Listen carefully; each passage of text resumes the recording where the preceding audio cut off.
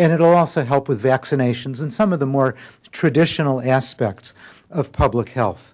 So we've, as I said, I think we're on the cusp of huge progress that we're going to see in schools, in restaurants, in the media. Maybe that vacant lot will turn into an urban garden next to your house. That I think we're going to see tremendous changes.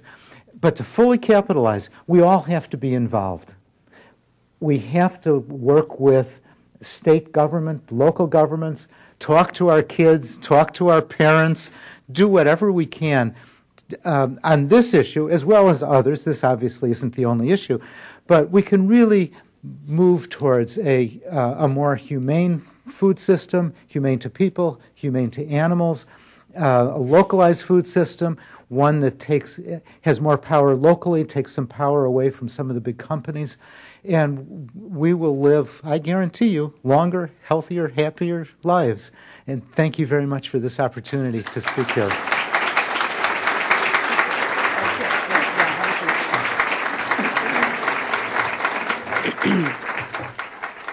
Today at the City Club of Cleveland, we are listening to a Friday forum featuring Michael Jacobson, Executive Director of the Center for Science in the Public Interest. We will return to our speaker in a minute for our traditional City Club questions. We encourage you to formulate your questions now and remind you to keep them brief and to the point. We welcome you to this City Club Forum. For those listening today on through one of our broadcast partners, we want to remind you that all are welcome here at the City Club in downtown Cleveland. Please visit our website to see a full schedule of our upcoming programs. Our greetings goes to those present in this room and especially to those who are guests. We hope you will join the City Club and become active in our ongoing civic dialogue. We welcome guests at tables hosted by Baker Hostetler, the George Gunn Foundation, Kaiser Permanente, Medical Mutual of Ohio, and School Nutrition Association. Thank you for joining us today. We are pleased to welcome to our forum students who are here as part of our City Club student program. Participation of these students is made possible by a generous grant from the Charles E. Spar Charitable Lead Trust. Today, we welcome students from the Cleveland School of Science and Medicine and students of Promise Lincoln West. Will the students please stand and be recognized?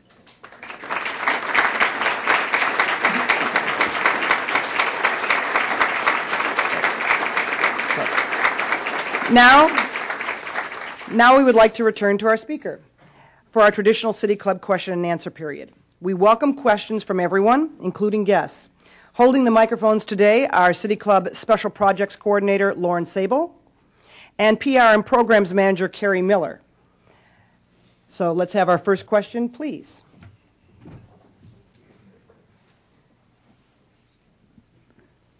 There is a supermajority of females in the audience. Does this have any relationship as to your goals and promotion of your program?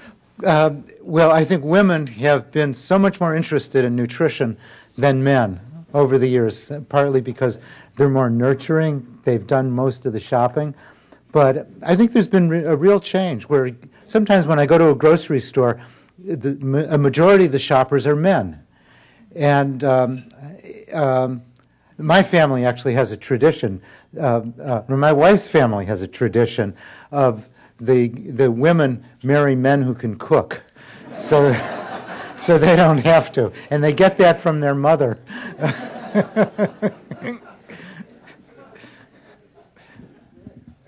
Thank you for being here. You're talking very much about saturated fats, trans fats, also salt. What about the left-handed sugars and the substitute for the margarines that we have on the market? Could you address that? Well, the left-handed sugar really isn't marketed, so that's not a big thing. But the margarines, we've seen a great improvement and a great, enormous change in medical thinking. 20 years ago, my organization, the American Heart Association, and practically every nutritionist said, use margarine instead of butter. It's healthier. Do it for your heart.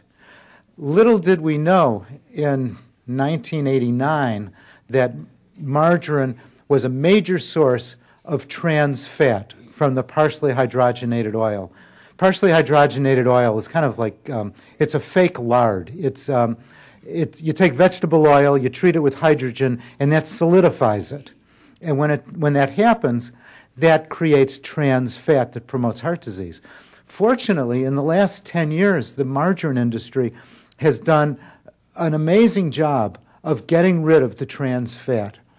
It's still present in the margarines used for baking, but even those are better than they used to be. So I think for the average margarine, it's still margarine again. Well, margarine for the first time is healthier for us than butter.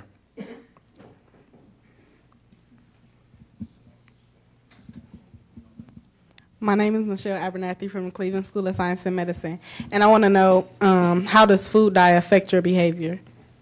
Well, there's a lot of evidence that food dyes affect children's behavior. Maybe adults too, but adults really haven't been studied.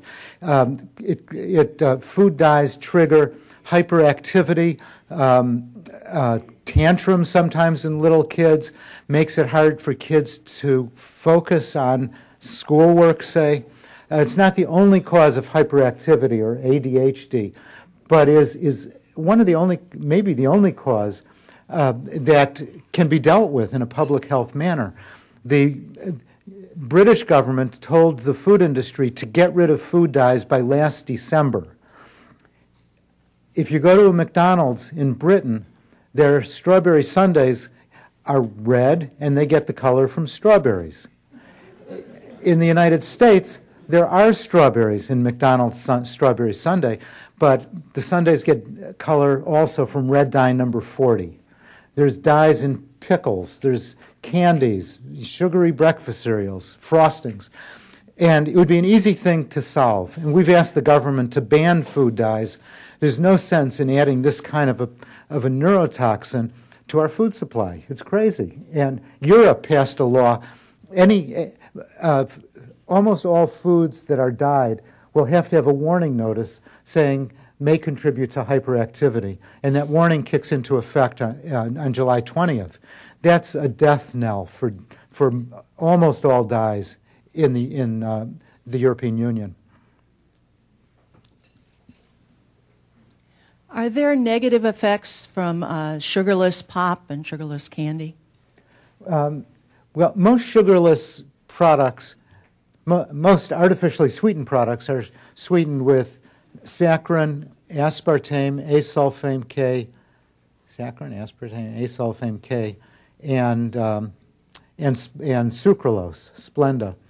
Splenda seems to, we haven't seen a problem with Splenda, but the other three have been linked to cancer in animal studies, saccharin in some human studies, and they're all very controversial. Industry argues that they're safe. The government has said that all of those artificial sweeteners are safe. I raise a skeptical eyebrow about most of them. All the studies, including the ones on sucralose or Splenda, were done by, almost all the studies were done by the companies that make the chemicals. That makes you wonder a little. 2 independent studies have been done on aspartame, and those studies linked aspartame to cancer in animals. So that said, I think diet sodas are probably safer than regular sodas. To avoid 10 teaspoons in a can of soda, 10 teaspoons of sugar, 150 calories, is, a direct, obvious benefit. But I would say minimize your consumption of artificial sweeteners. Now, there's a new sweetener called Truvia or Purevia. These are natural substances pulled from a stevia plant. And industry is saying, okay, now it's all natural. I think it's probably, this substance is probably safe. It should have been better tested before it went on the market. It has certain taste challenges, as somebody might say euphemistically. I thought it was disgusting. It ruined my... I put a packet in my cup of tea, and never again. But it's probably safer than the artificial sweeteners.